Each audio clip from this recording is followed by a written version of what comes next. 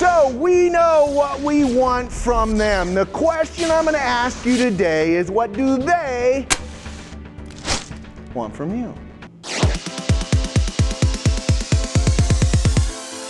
You've got their side of the equation, the employer, and the employee side of the equation, and when both parties get their needs met, you know what you got? Engagement. We've got half of our workforce that's actively disengaged. So we'll settle for engagement. Now I said, there's got to be something more.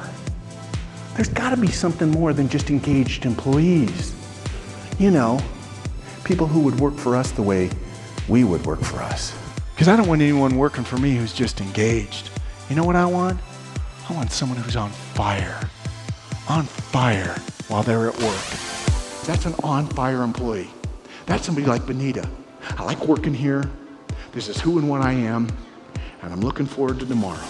If your audience is comprised of business owners, leaders, managers, executives, franchisees, people who someone else calls boss, and you want to show those people how to recruit, train, manage, motivate, and retain the best of the emerging workforce, an on-fire workplace culture where employees are inspired to work harder, to perform better, and to stay longer, then we should talk.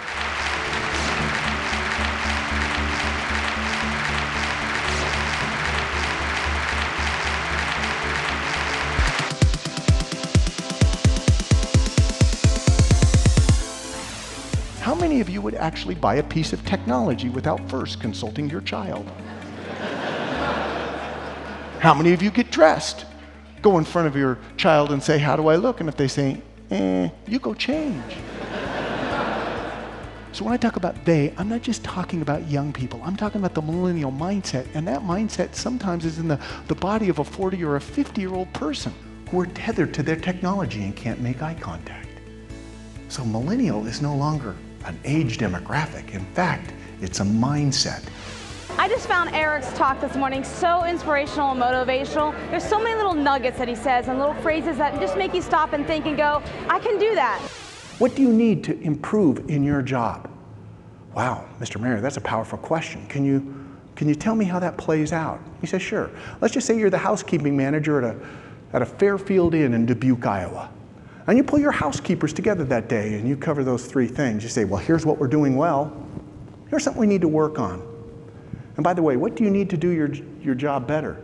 And one of those housekeepers would tell you, boy, we could sure use more linens on the third floor. Doggone it, put more linens on the third floor. Because people will stay in a job where they feel like they're being listened to.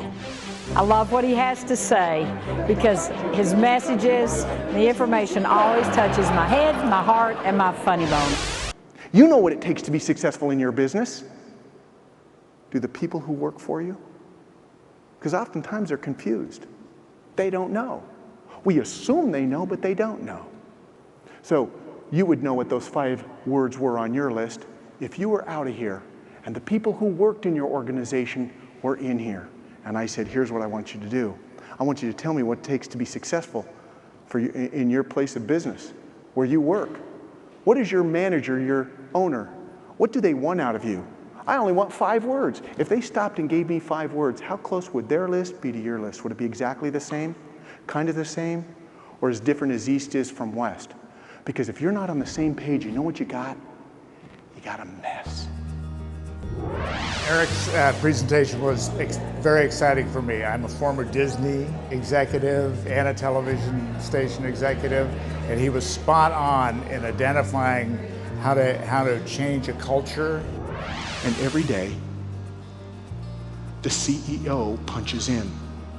In fact, all the C-level employees punch in. CFO, CMO, all of them, they all punch in.